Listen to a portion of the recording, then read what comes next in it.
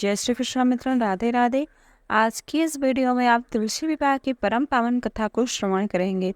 आज के दिन यह परम पावन कथा श्रवण करने मात्र से घर में मांगलिक कार्य में कभी कोई अड़चन नहीं आती। हर यह कथा श्री तुलसी विवाह के दिन अवश्य श्रवण करना चाहिए। तो आइए कथा को शुरू करते हैं।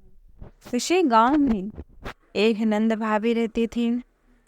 जो नंद थे वह भी कुंवारे थे और उसके माँ बाप इस दुनिया में नहीं थे। अतः परंतु जो नंद थी वह बचपन से ही भगवान श्री कृष्ण के प्रति उसकी अनुपम प्रीति थी और वह तुलसी की भी बड़ी सेवा करते थे। पर भाभी को इसका पूजा पाठ करना फुटी आग भी नहीं सुहाता था। कभी कभी तो वह गुस्से में कहती भी थी कि जब तेरा विवाह होगा ना तो तुझे तुलसी ही खाने को दूंगी और तुलसी ही तेरे दहेज में दूंगी। यह सुनकर नंद मुस्कुराती। उसे क्या पता था कि उसकी भाभी सच में ऐसा ही करेगी। जब यथा समय आया नंद की शादी हुई तो उसके भाभी ने गुस्से में बारातियों के सामने तुलसी का गमला फोड़ दिया। परंतु भगवान श्री कृष्ण की कृपा से वह फटा हुआ गमला स्वादिष्ट व्यंजनों में बदल गया। अब तो भाभी की बहुत ही तारीफ होने लगी। अब भाभी और उसी में जल गई और आई वह नंद को गहने के बदले में तुलसी की मंजरी से बने हुए गहने पहना दिए। लेकिन तुलसी की मंजरी से बने हुए गहने सोने और हीरे के आभूषणों में बदल गए। अब भाभी यह देखकर भी अत्यंत क्रोधित हुई। अब तो वह वस्त्रों के स्थान पर तुलसी का ही जनेऊ रख दिया तो वह भी रेशमी वस्त्रों में बदल गया। ससुराल ने उसके दहेज आदि के बारे में जब जो जो उसने तुलसी का गमला फोड़ के जो रखा था, परंतु भगवान श्री कृष्ण और माँ तुलसी की कृपा से उस सब हीरे जवाहरात में बदल गए। तो भाभी की और नंद की बड़ी ही तारीफ होने लगी और इस पर भाभी को बड़ा भी आश्चर्य आया कि कैसे इसने पूरा सामान पूरा दहेज सोने में बदलवा दिया। अतः उससे भी भगवान श्री कृष्ण और माँ तुलसी की पूजा का महत्व तो समझ में आया। अब तो भाभी की भी एक लड़की थी। वो अपने लड़के से कहती कि तू भी तुलसी की सेवा किया कर, तुझे भी बुआ की तरह ही फल मिलेगा। पर उसके लड़के का मन भगवान के पूजन पाठ में न तुलसी की सेवा में कभी नहीं लगता था।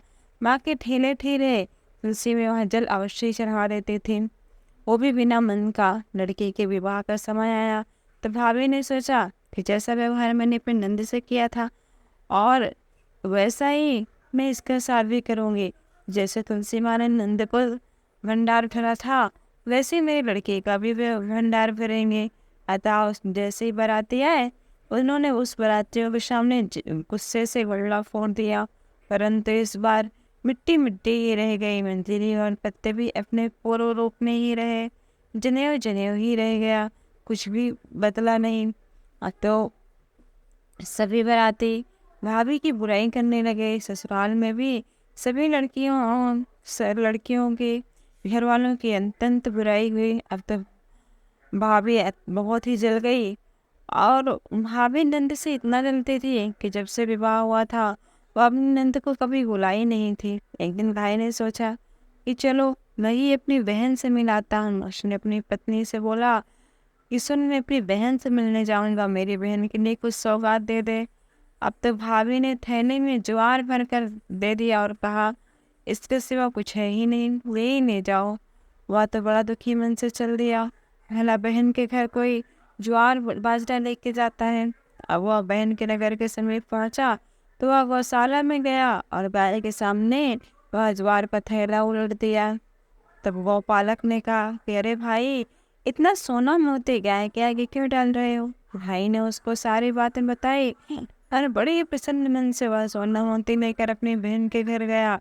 बहन अपने भाई को देखकर बहुत प्रसन्न हुई और तब से यह कहा जाता है कि जो भी भक्त तुलसी माता की सेवा करता है सच्चे मन से, उनके घर के भंडार तुलसी माँ स्वयं भरती है।